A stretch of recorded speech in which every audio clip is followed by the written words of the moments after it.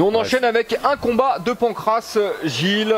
Je vous rappelle, hein, l'Octogone à la base c'est un événement de Pancrace où on a souhaité mettre en avant aussi quelques stars du kickboxing. Et donc pour ce combat de Pancrace, on retrouve Raïm Dadaev qui nous vient de Nîmes en France face à Charles-Henri Tchoungui, combattant qu'on connaît bien du team Duca. Charles-Henri, on l'avait vu, on s'en souvient, au 100% Fight lors de la Supreme League. Donc Charles-Henri avec le short noir et Raïm Dadaev avec le short blanc. Oh, tout de suite la prise de dos. L'entrèglement, il n'a pas les crochets par contre. Il n'a pas les crochets, mais par contre l'étranglement est placé. Mais il est bien placé même. Hein. Non, mais il arrive à contrôler, on le voit, hein, Charles-Henri il a gardé le contrôle du poignet. Et il n'arrive pas, il empêche son adversaire de placer ses crochets. Ça c'est intelligent de la part de Charles-Henri. Il faut qu'il le fasse rouler vers l'avant, absolument. Alors, en tout cas il est en difficulté là. Vous pouvez difficilement plus mal commencer le combat. C'est bon, il a libéré les bras. Attention, parce que, il a repassé un autre étranglement. Et là les crochets sont placés, hein, Gilles. Alors là, comme je dis souvent, en début de round comme ça, avoir l'adversaire dans le dos, je crois que c'est rien de pire.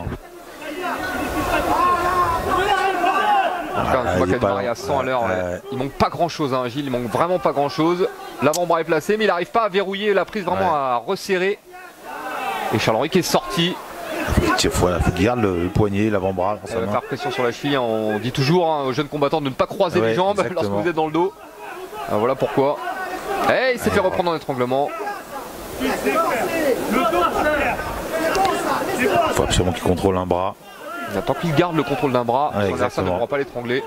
A priori. Et bien fait, il est sorti. Et repasse au-dessus, il est dans la garde maintenant. C'était chaud. Attention, passage de garde, pouce sur la cuisse pour ouvrir le genou. Il faut passer maintenant, c'est fait. Il est passé, position montée même dans la foulée. Presque, tibia sur l'estomac. Ça y est, c'est fait.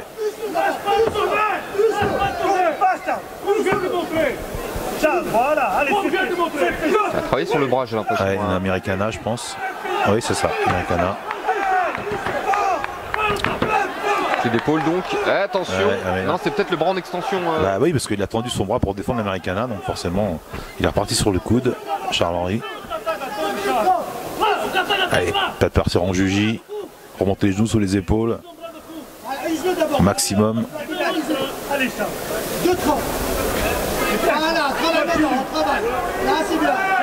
Cherche l'Americana encore. Hein. Il veut contrôler le bras, le poignet, voilà. Il est pas loin, il est pas loin, il n'a pas le coude. Faut qu'il pose le coude par terre pour avoir une bonne base. Voilà, je serais lui dans cette position quand l'adversaire met les mains à l'intérieur pour faut faire un triangle en fait, il faut prendre sa main, la pousser et passer, ouvrir les jambes. Enfin je dis ça, c'est facile à dire. Quand on est assis en train de commenter. Il faut partir en juji. Il a verrouillé le bras. Il y pense. Feinter. Voilà. Il va y aller tout doucement. Et je pense que son adversaire il a rentré le coude. Donc, et puis on l'a vu, hein, souvent le problème c'est que dès qu'on entre une attaque, c'est là que l'adversaire réussit à sortir. Parce qu'il s'y attend. Et oui, puis on lâche surtout on perd le contrôle. Et puis on a vu combien de fois les combattants tombent dans des pièges comme ça à leur adversaire en donnant leurs bras volontairement ou donnant leur dos. Et finalement l'arbitre qui a décidé de relever les deux hommes, ça repart debout. Coup de pied retourné. Alors j'ai passé. Hein. Il est très chaud, hein, Charles-Henri, tout début de combat. Son adversaire qui est très aérien, hein. Beaucoup en coup de pied debout. Et Charles-Henri chercher le takedown et il va l'avoir. Un peu gêné par les cordes. Attention, là. Il tient la tête en guillotine, c'est bon, sorti dans la demi-garde. Il va dégager son pied, hein, j'ai l'impression. Il manque pas grand-chose. Et l'arbitre Thierry qui va les replacer au centre, je pense, dans la même position.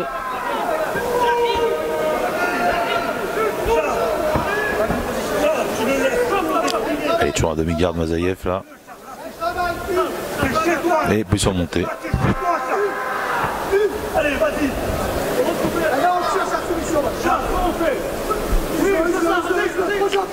Même schéma que tout à l'heure. Hein. Et Timour qui a réussi à passer les jambes sur son corps. Alors dans ces cas-là, ce qu'il faut faire, c'est descendre totalement vers l'avant pour justement faire une clé de hanche. Vraiment que l'adversaire soit extrêmement souple. Voilà, il a préféré dégager cette jambe. Et le triangle, et voilà, que je parlais tout à l'heure. Ouais, mais là, il s'est fait contrer. Simon. Ah non, il va. Elle va essayer de le placer quand même, hein, Charles-Henri, j'ai l'impression. Il essaie de dégager cette main gauche.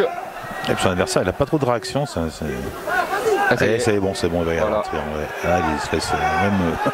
Voilà. C'est ou la clé ou le triangle. Voilà. Voilà, en extension. Ouais. Et ce sera la clé de bras. Il tape. Sur la clé de bras. Magnifique victoire de Charles-Henri Tchoungui qui avait commencé de la pire manière. Ouais. Et qui termine de la meilleure. Voilà. Magnifique.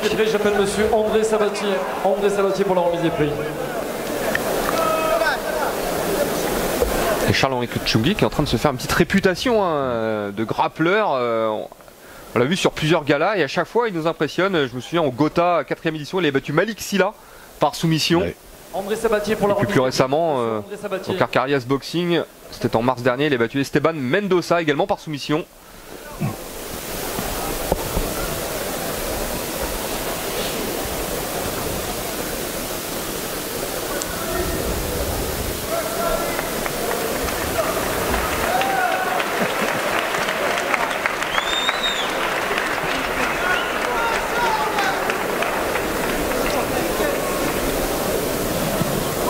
Allez, je on attend l'annonce du résultat. Pour ce beau combat qu'ils nous ont fait, s'il vous plaît. Il mérite des applaudissements.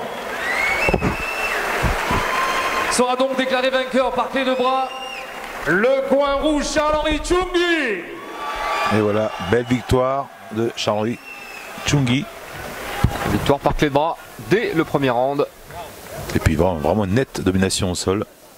Ah, donc Charles-Henri qu'on reverra probablement lors de la prochaine édition de l'Octogone, parce que c'est le principe un peu de ces galas, tout comme la nuit des champions. On fait revenir les combattants qui ont brillé lors de la précédente édition et on leur oppose des combattants plus chevronnés ou plus aguerris.